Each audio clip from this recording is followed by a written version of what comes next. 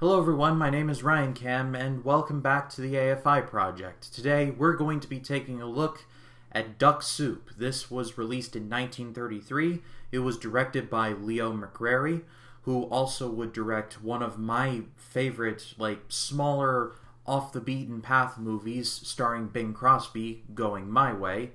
Yeah, that's a subgenre.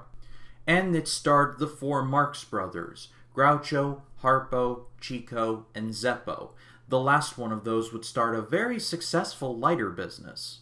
And, well, the story in this movie is thin, to say the least, but I'll try and explain it as best I can. It essentially tells the story of a man named Rufus T. Firefly. Yes, that is his name. Played by Groucho Marx, who is elected the president of the nation known as Freedonia. And while he is president, he falls in love with a woman named Mrs. Teasdale, who is the ruler of the neighboring country, Sylvania. That's as best as I can describe this plot, because, in all honesty, the plot of this movie really doesn't matter, and I'll explain why in a second.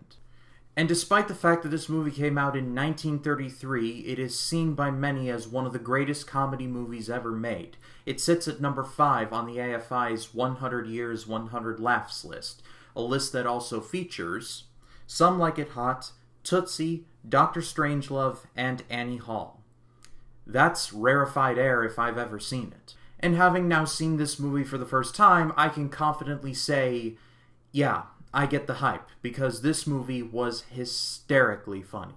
But like I said earlier, the plot of Duck Soup largely doesn't matter, because it's just enough of a plot to keep you interested, but really this movie is just a vehicle for the Marx Brothers to just make fun of absolutely everybody.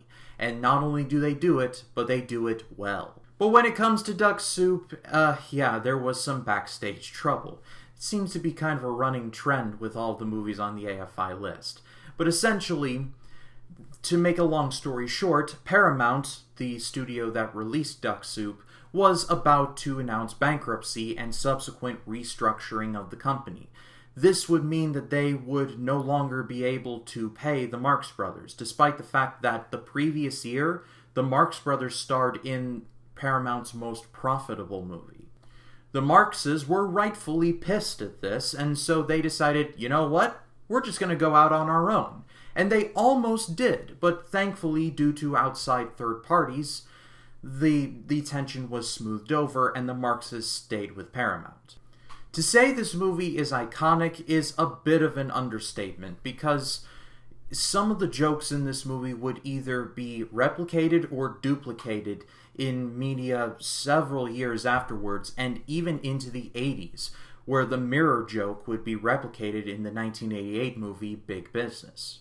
And that mirror joke is still amazing all these years later. It's essentially Pinky, one of the other Marx Brothers, dressing up as Rufus Firefly, and the two just aping each other's moves for 2 minutes. I'm not doing it justice. You're just going to have to see it for yourself. But it is amazing, I assure you. And the phrase, "this means war," while not originating in this movie, would later be taken whole cloth by another work of comedic genius, Looney Tunes. Honestly, I really don't think that this review could possibly do it justice. All I can really say is just go see this movie as soon as possible, because it's one of the best comedies ever, and trying to categorize and talk about all the jokes is like trying to catch a ton of raindrops in a hurricane. I mean, you can try, but at a certain point you're just gonna run out of stuff to catch the water with. They basically follow the Mel Brooks school of comedy in that nothing is off limits. These Marx Brothers make fun of absolutely everybody with equal gusto and equal treatment. Let's just say if they existed today, they would be banned from Twitter, and they would probably still make fun of it. But if you haven't seen this movie, I could not recommend it enough. It's a very short movie. It's only an hour and 9 minutes long, so it's not a long sit at all. But if you do watch it, you will be blown away. But that is all for me, guys. Thank you so much, as always, for watching. Next time on the AFI project, we're going to be moving up a little in the timeline to 1941 and talking about the satire of the film industry known as Sullivan's Travels. But if you like this video, please be sure to leave a like, comment your thoughts down below, and if you like this video and you want to see more like it, hit the subscribe button and click the bell to allow notifications. That way when a new video drops, you'll be the first to know about it. My name is Ryan Cam. I'll see you in the next one.